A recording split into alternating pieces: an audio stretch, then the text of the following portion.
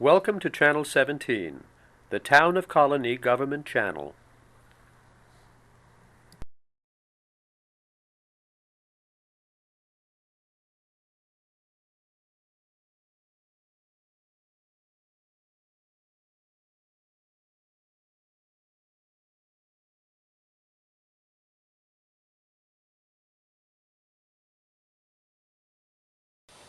Hi, I'm Ann.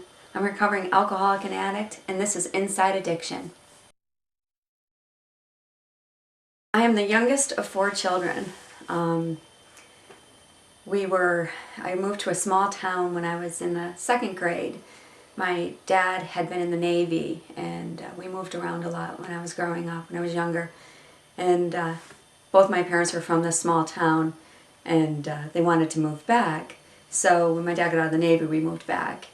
And like I said, I was the youngest of 4. There's 3 of us that are addicted to something.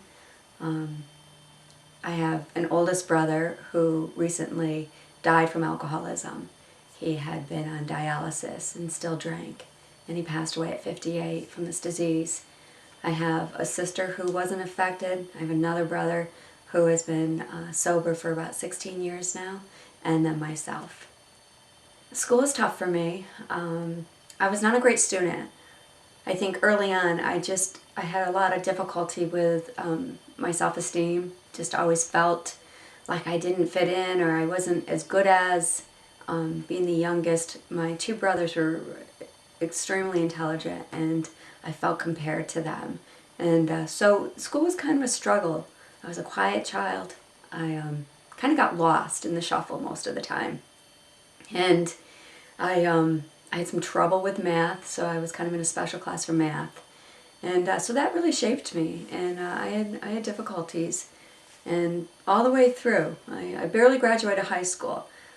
I know now that that was because I was using a lot of the time in high school, but I really never felt like I was able to achieve when school was concerned. Got along great with people. I'm a real people person, and in school, probably, I don't know, I think it was like the 8th grade, I joined cheerleading and was a cheerleader all the way through, pretty much. Loved it, really identified with it. Felt like, I was part of something.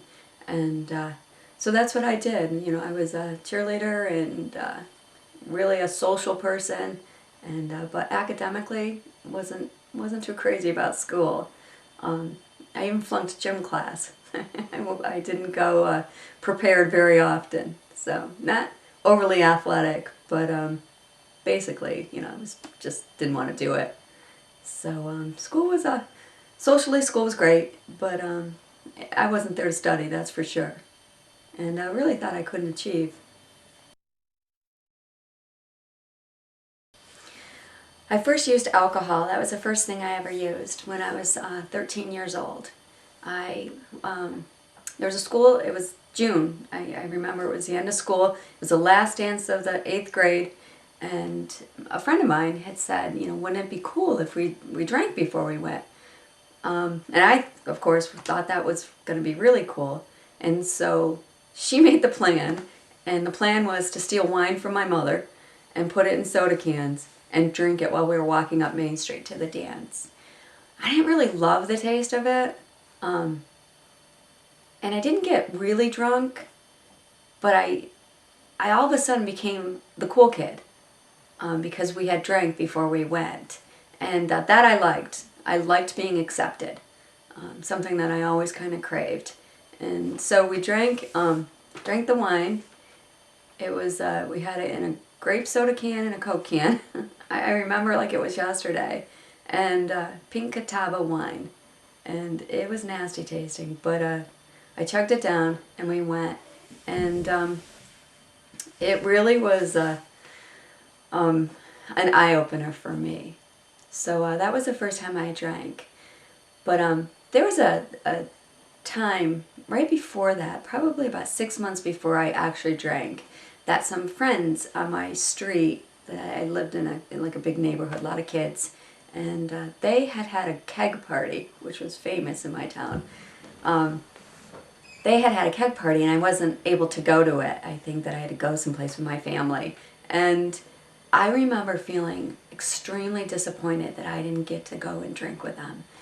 And looking back, that was kind of the first sign that this was happening to me even before I picked up my first drink. I really was really upset that I didn't get to go and drink. So, when I did drink, I embraced it. I embraced it. So I didn't drink again after the first time at the dance. I didn't drink again for probably, 8 months. It's not something I started to do immediately, but I got into the 9th grade. I was a cheerleader. We, did our thing, and then I started meeting older kids that were drinking, older cheerleaders that were drinking like after the game and that kind of thing. And so I started to do it. I started to drink with them, mostly beer. Not a lot, it wasn't a lot, but I always wanted to drink. It was just something I always wanted to do. I had a great group of friends, and we all, hung out from, kind of young people, and we started drinking a lot together. By the 10th grade, I started drinking at least every weekend. Every weekend. My brother at the time, who I was fairly close to, was 18, and the drinking age was 18. So he had a car, and he bought the beer, and all my girlfriends would pile into his car and myself, and we would drink on the back roads. We went to the back roads. That was the thing. That or the dike at the creek. So I spent a lot of time on the back roads drinking beer in that little town, and my drinking increased. My drinking increased. I was wanting to drink more than weekends. And that was the year I tried pot, and everybody was smoking pot. Didn't love it, but I still did it, and anything to take me outside of myself. And what I realized was that, I could kind of be high around people and nobody knew it. And, they couldn't smell the alcohol, they couldn't smell it on me. And so that became a theme for me. I used a lot of drugs in my day, and that I started to smoke pot, and I did it on a regular basis. I also kept drinking. It was easy to get. My brother was always interested in having my friends in his car, so it was easy to do. And my drinking, steadily for weekends, and the 10th and the 11th grade probably. And in school, definitely my grades suffered. I didn't really care. And I didn't think I was capable anyways, so for me it was just kind of a no-brainer. I started going to school high on pot. We would get high during lunch, or, in between classes. You were allowed to go out sometimes. So, that started to be a norm for me. There was a period in the 10th grade that I stopped smoking pot, and I stopped drinking for, I think, like 2 months. And I don't know why I stopped, I don't remember now, but maybe I couldn't get it, or I just didn't do it. And my grades started to get better. And I didn't really connect it then, but later on it became really clear that, one had to do with the other for me. And so that, I just started drinking, kept drinking, doing the regular weekend, whether it was football, basketball, whatever the sport was at the time I was cheering for, we did it. We used to drink at a friend's house across the street from the high school, so we could keep an eye on when the bus was going to leave for our games. So we would drink right up until, we saw the bus loading up, and then we would sprint across the street, and we would take, beer on the bus with us and our megaphone, and, just really, I don't know how the teachers didn't know. They must have known, but we did it, and then we'd drink during the game, and that was my lifestyle. That was what I liked. I felt part of. That was really what I wanted to do. That's all I wanted to do. So probably about the 12th grade, I was pretty deep. I was pretty deep into it. And it became more of a need for me. My drinking increased. I don't know about, how much I could drink. I was always kind of a lightweight when it came to that. But how often I drank increased. And I started to drink even like during the week when nobody else wanted to drink. So that's kind of when some of my friend pattern changed. I always had a couple extra friends who drank like I did, the regular friends. And I would, touch base with them. Say could have been a Tuesday night. I'm driving around in my dad's car looking for someone to drink with because I didn't want to drink alone, and I wasn't old enough to buy it. And the 12th grade was the year I got my fake ID. So, I did whatever I needed to do. It became a need. And so my parents owned a local business, so we were pretty well known in town. And that actually stopped me from getting help for a long time because what would people think? So I would have to close my dad had a laundromat, and I'd have to close my dad's laundromat. That was my job. So at 9 o'clock when the laundromat had to close, me and my friends would pile into the laundromat, drink and clean it, and just, have a good time. And so we always had a place to go. And I just, it'd be a Tuesday night, and me and a couple friends would be in there cleaning the laundromat, drinking beers. Most people are home studying, getting ready for the next day, whatever the case may be. But I had to drink. So I found people who would drink with me. I barely graduated high school. I certainly almost failed my English exam. And that was because English was right after lunch, and for the most part I was pretty high most of the time. I was one of those people that right before graduation that was looking on the list to see if I had made it. And that didn't feel very good, There was 2 stints of summer school for me, and one was between the 10th and the 11th grade, and one was between the 11th and 12th grade. And I was supposedly grounded, and I had to go to summer school the year I was going into 12th grade. And I had a boyfriend. I always had a boyfriend, but I had a boyfriend who drank a lot, and he had to go to summer school. So we went to summer school together, and used to drink on the way home. And so I still got it in there, even though I had to stay home at night. So it was always part of my life. I managed to pass summer school. I mean, they basically made it so we could. And that's how I got out of school. That's how I got out of high school. So I was in the 12th grade, drinking increasing, and I have friends who are getting ready to go to college. And I have nothing. I have nothing planned. And I got scared and nervous and thought, what am I going to do here? So I applied to a local college, literally, stayed about 10 minutes at that school, never went to class. My mom didn't want me at home anymore. I was just, I was a little bit out of control for her. And she didn't want me there, so I went to college. And I lived in the dorm. And I thought, this is cool. I got a place to live. And I didn't realize that you had to go to class in order to continue to live there. And so one day I got called into the dean's office, and he said, there seems to be a problem. And I'm like, really, what is it? And he says, well, you haven't gone to class. And I honestly hadn't even unwrapped my books. They were still in the plastic. And so I was like, yeah? And he said, well, you can't stay here. You have to go to college if you're here. So I didn't stay. He didn't let me stay.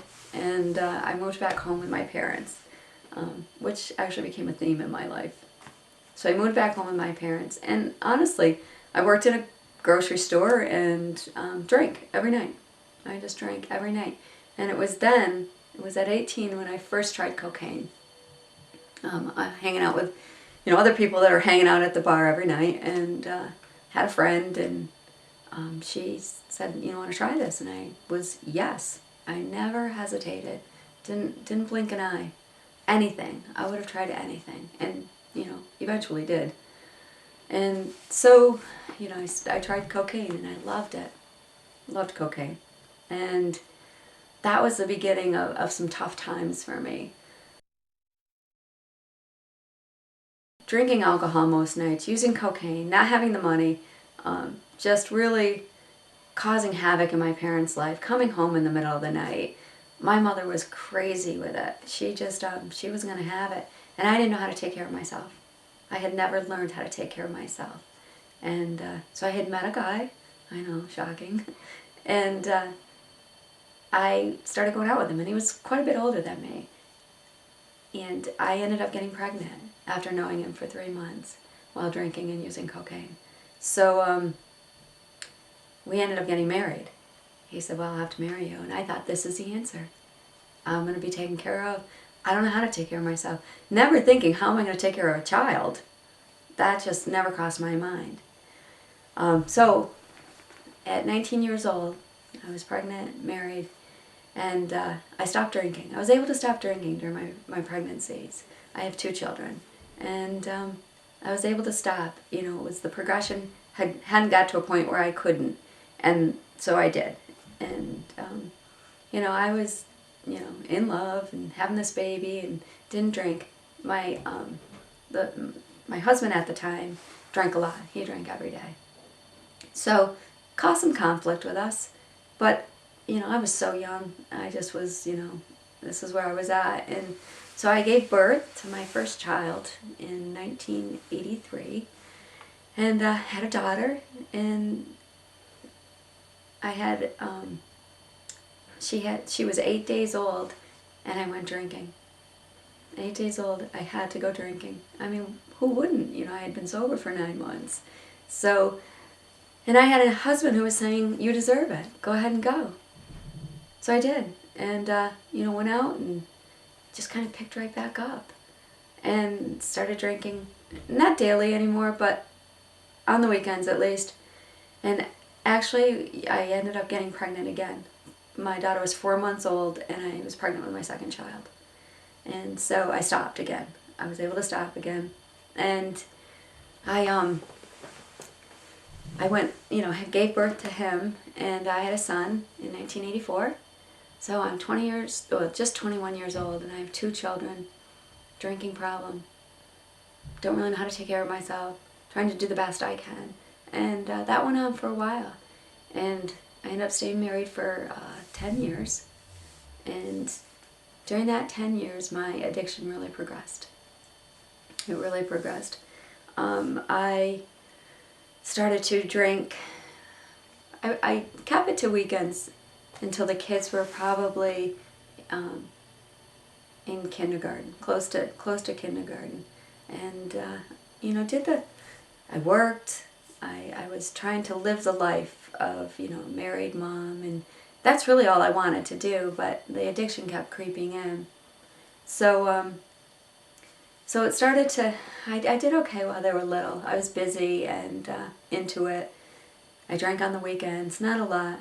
My husband at the time always drank more than me, so it was always about him, you know, making sure that, you know, he was okay.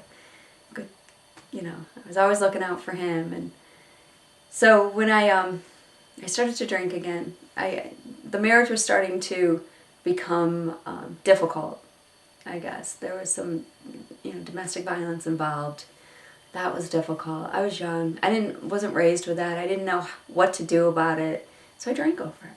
You know, I drank over it.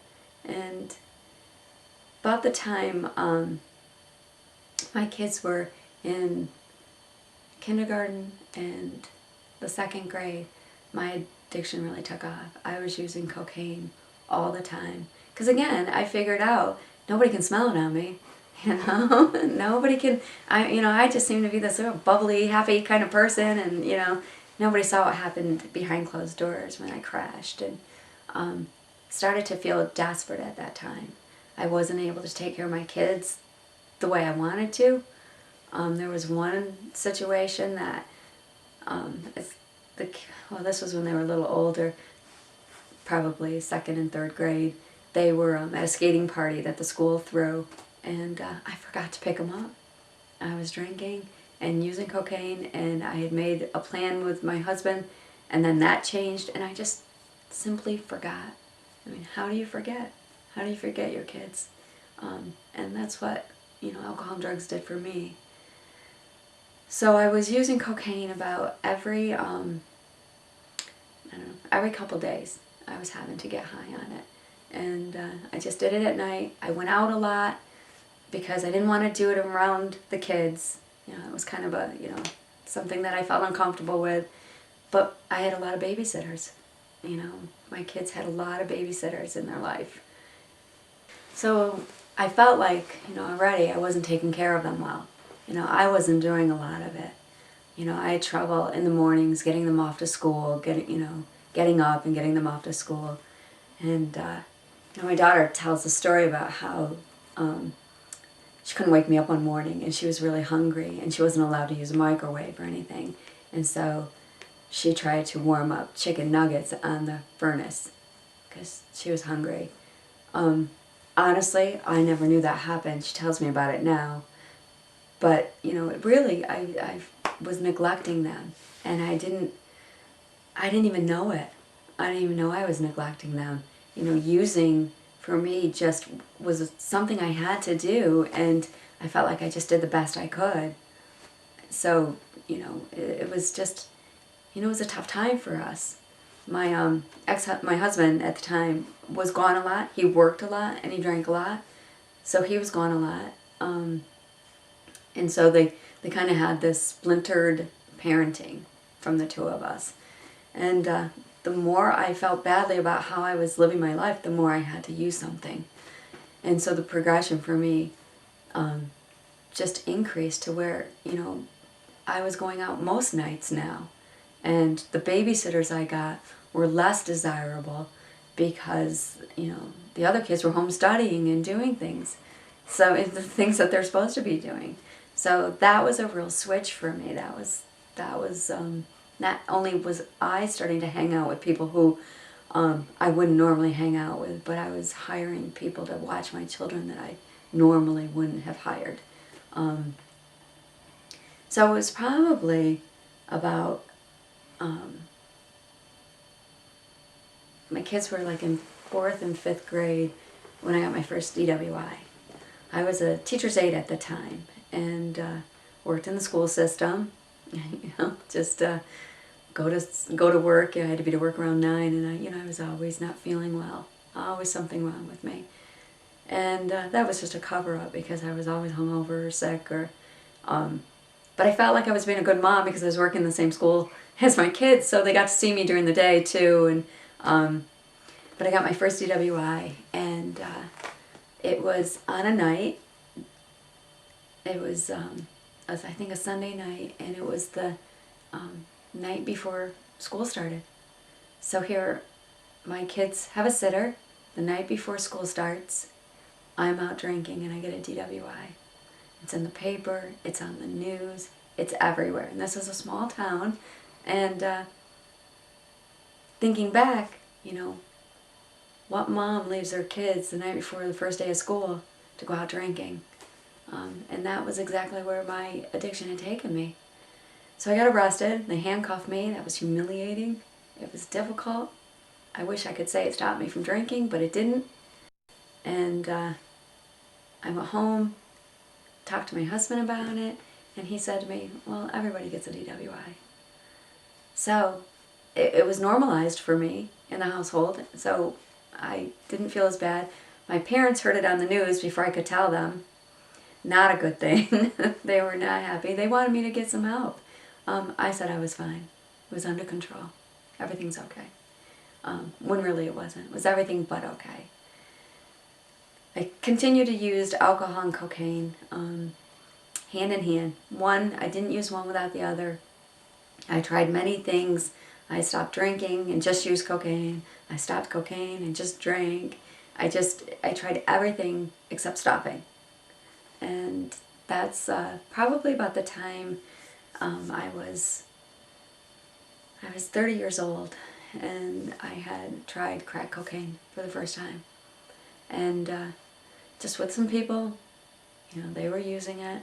I tried it, and it got me immediately. Immediately it got me. This is a small town, you know, police know what's going on. I'm from a somewhat, you know, well-known family, business family in town, married to somebody who's well-known, and I am running around town smoking crack cocaine.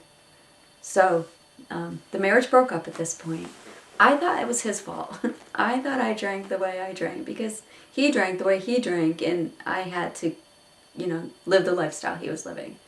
You know, so I started to blame others. I really minimized my use to people, and I left him thinking that that was going to cure me. And I moved back in with my parents with 2 kids, and they were happy to have me for a period of time, and but I couldn't take care of myself. I still couldn't. I still didn't know how to take care of myself, and I certainly didn't know how to take care of 2 children by myself. my parents owned some rental property in town, so they gave me one of their apartments. And I thought, well, this is good. I'm going to get better now. It's going to get better. It's going to go away. I just thought it was really going to go away. Never realizing the depth of what I was in. So my kids and I lived there, and I thought I was going to get better, but what really happened was I got worse. I got extremely, extremely sick. I was, and I hate to say this, I was smoking crack daily in the house with the kids, not in front of them or anything, hiding it, in the bathroom or the bedroom or something, late at night, staying up all night. It was really, I probably had used $100 a day, and I had no money. I had gotten a small settlement from a little car accident I had been in, and that's what I used. And instead of buying clothes and food and those kind of things for us, I smoked crack. And I started to disappear, really. I probably got down to about 90 pounds. My hair was falling out. My eyes were sunk in. I looked like death. But the whole time not realizing it. Thought I looked good. That's the lie that it tells you. And that was really when I just didn't know what I was going to do. And I thought, well, when I run out of money, then I'll stop. When I, can't buy it anymore, that's when I'll stop. Well, I ran out of money, and it didn't stop me. I did whatever I had to do to still get high, hating myself the entire time and neglecting my kids in the process. They were probably 10 and 11 at this point, and fighting, and I couldn't handle anything. They didn't know what was going on with me.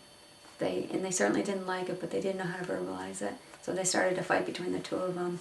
And they were good students, and they started not wanting to go to school. It just really got really sick really quick after I left their father.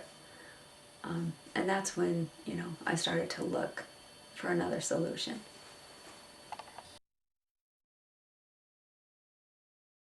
I knew I needed help when I just couldn't function. I hadn't gone to work in a week. I couldn't think. I couldn't eat.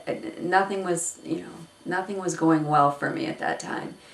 So I went to my mother, and luckily my brother had gone to rehab the year before. He kind of opened that door for me, and that's how I learned about rehab.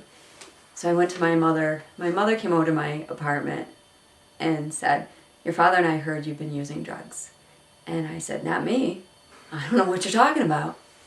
And so, of course, that night I stayed up using, and that morning I woke up and went over to my mom's house and crawled in her bed and said, "I need help." So they said, "Okay, let's go to rehab. Let's figure this out." So I did. I went to a rehab in Pennsylvania called Chit Chat. Loved it. Met some great people. But that was my first introduction to the world of recovery. I didn't know anybody who was really sober. I had no friends, just my brother, but he lived in Texas, so I didn't really know recovery. And so I went to this rehab. I stayed 21 days, got out right before Thanksgiving, had to leave because it was Thanksgiving, and had to be home with the kids for Thanksgiving and the family, which doesn't make any sense now because how many had I messed up prior to going to rehab. But I went to rehab and I didn't stay sober. I came home. I never followed through with treatment. I went to one meeting and it freaked me out. And I was sober about 3 weeks and used again. And at the time I was in a relationship with a man who had moved out of Hornell. He had moved to another state, and said, so I called him up and I said, I don't know what to do. And he was having a hard time with the whole "my girlfriend went to rehab" thing, and he didn't know the extent of my problem, of course, because I lied and hid things and made it everybody else's fault. So I wanted to go back to rehab, and the rehab said no, and she said, "If you have some place to go, why don't you go?" And so I moved to this other state with the man that I was seeing at the time. And I thought that was going to fix me. I thought it was going to change, and it didn't. And I sent my kids to live with their father at that time. And he said, no problem, I'll keep them. You know, they can move with you or if you're going to stay there when they're out of school. It'll be okay. I understand. And so I did that. I moved, I got a job, I lived with this man who was a great guy. He's a really great guy, and loved my kids. We came to the point where we were going to put a deposit down on an apartment big enough for all of us and move them, and I called my ex-husband, and he said, my kids aren't going anywhere. And so for me, that was it. You know, I knew I couldn't go back there because I was going to get crazy again. Yet he's telling me that my kids couldn't move with me, which, you know, was my life. And I felt defeated. I really felt defeated. So I continued to use, living in another state, going home to see my kids every weekend, and using while I'm there. It became this crazy pattern. And I ended up using for about 9 or 10 more months, or about a year probably. I ended up using, and I got arrested. And it was at that time that I knew, you know, this was big. I got arrested. There was, you know, drugs involved. I had lied to the police. I signed a false statement, and that's what they got me for. And so I again went to my mom, and she said to me, I hope you never have to watch your child die in front of your eyes. And that was huge. That was one of those moments, A, I'll never forget, and B, I knew it was time. So I went off to another rehab, and this was in another state again, and I decided to do it. I decided that something had to change, that I had become a person that I didn't recognize. And I was very sick and didn't really know how I got there. Didn't get it. It took a long time to realize that alcohol and drugs were my problem. And it wasn't, you know, the person I was married to, the person I was with, my kids, my family, my upbringing, my loneliness, it took me a long time to realize that it was just point blank drugs and alcohol. That was my problem.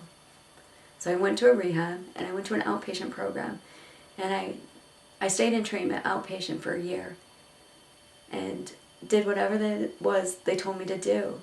Didn't always do it with a smile. You know, some of it was kicking and screaming, but I knew I needed to do something different, and I was so tired of hurting those that I loved, and I was not the mom I was meant to be.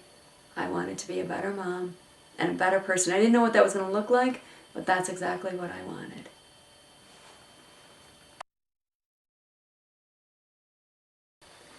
"14 years ago today was the day that my life changed. It was the day that I put down the drugs and alcohol, and I've been in recovery for 14 years now. What a blessing. The best part of recovery for me has been, it's been an amazing journey. It's been amazing for me. The best part is that I was taught to reach outside my comfort zone, to envision a life that I wanted to live and be able to go towards it. I was taught to go to any lengths in order to achieve what I have today. There's so many best parts. I went back to college after I was 3 years sober, and I didn't think I could graduate. I could barely get out of high school, and I was able to go to school and learn how to help other people, which has really been my mission here, is to take all of the pain and suffering that I went through with addiction and use it to help other people. When I think of all of the things that my recovery has helped me accomplish, it's amazing to me, the life that recovery has given me. I get to help other people, which I do on a daily basis. I was able to fight my ex-husband in court and get custody of my children back and raise them to be healthy, happy, amazing people. I went to college, a woman who didn't think she could get out of high school without, cheating. I went to college and I finished a 5-year degree in 4 years. Um, I would get a goal and I've learned how to go towards it.